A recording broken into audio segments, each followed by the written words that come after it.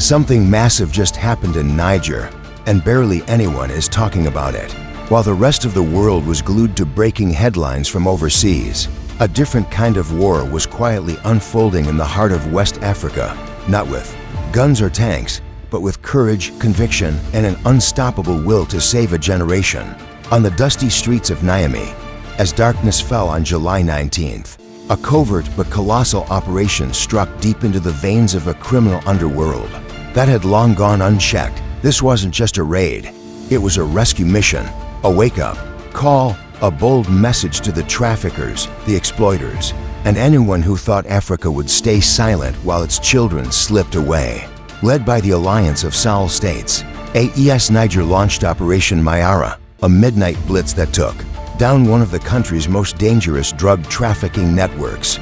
In just one night, 233 people were arrested, including women and children, some barely into their teens. These weren't just criminals on paper. These were real faces, real futures, young people who were stolen by a system that preyed on poverty, pain, and despair. But that night, the tables turned. That night, someone finally stood up for them. That it was a coordinated strike involving 164 officers, 36 vehicles, and weeks of deep intelligence. They moved like a shadow across the capital, hitting 6 notorious hotspots where drugs had replaced dreams and hopelessness had become currency. What they found was staggering: a vehicle loaded with narcotics, 12 motorcycles used for fast distribution, and piles of shisha pipes laced with chemicals. It wasn't just an arrest, it was a cleansing, a purge of poison from neighborhoods that had cried out for help for too long. But the operation didn't stop at the city's edge. It spilled out onto Niger's highways. Officers flagged down buses and transport vehicles, testing drivers on the spot. Of 90 detested, for were driving under the influence, high on cannabis and opioids while behind the wheel. These weren't just random checks, they were life-saving interventions.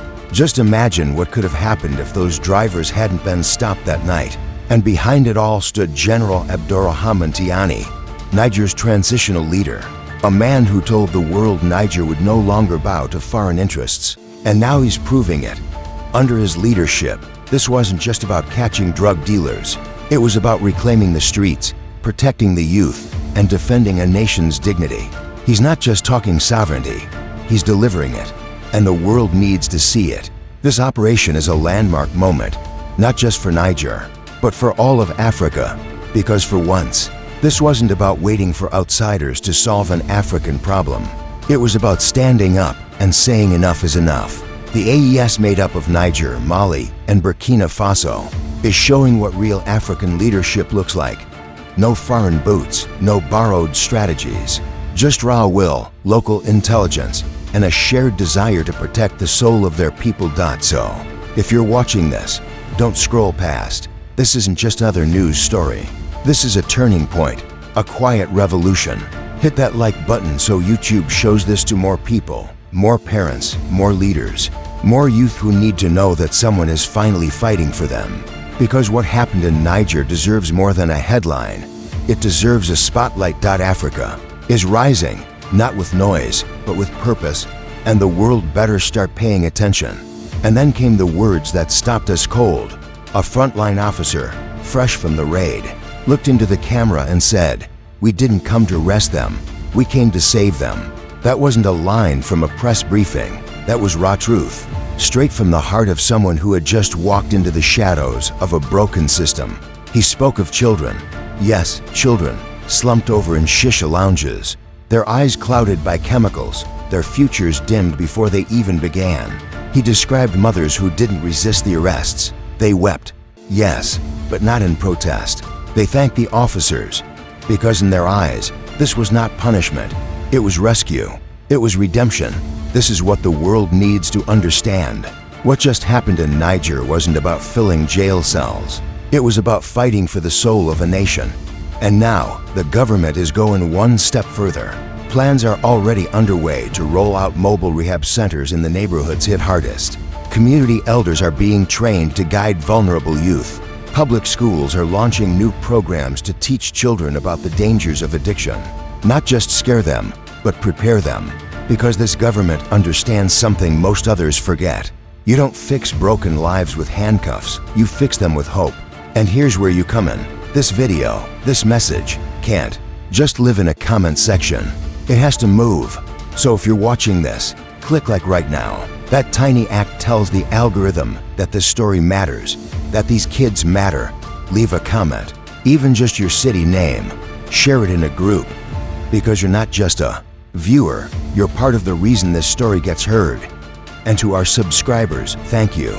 You are the reason Voice of Africa exists. Your comments, your support, even your super thanks donations. It's not just money, it's momentum. You help us tell the stories others won't touch, the ones that mainstream media buries. And because of you, the story from Niger is being heard. And let's be clear, what happened in Niamey could happen tomorrow in Accra, in Lagos, in Kinshasa, Nairobi. This isn't a local issue, it's a continental cry. And Niger just showed us how to answer it, with strategy, courage, and African-led solutions. This is not a failed state. This is not lawlessness. This is what sovereignty looks like. This is what love for country feels like. And the same government that stared down foreign military powers is now staring down the decay in its own streets and fighting it with everything it has. Critics asked, can military governments really lead? Well, look around. Look at the cleared streets, the recovered children, the communities already rallying in support, the parents stepping up, not out of fear, but out of hope. This is real leadership. Maybe it's not perfect, but it's authentic, it's African, and it's working. In the neighborhoods of Niamey, elders are speaking up. They're not just relieved, they're grateful. They've waited years for this moment, the moment someone finally stood up and said, not our children, not on our watch, but let's not pretend the fight is over. There's still work to do, more communities to heal, more kids to bring home. But this Operation Mayara was proof that Africa doesn't need to borrow strength. We have our own. So again, if this story moved you, don't just watch, act. Share it, comment, subscribe. Let it reach someone who's lost hope, who thinks no one is fighting for our youth.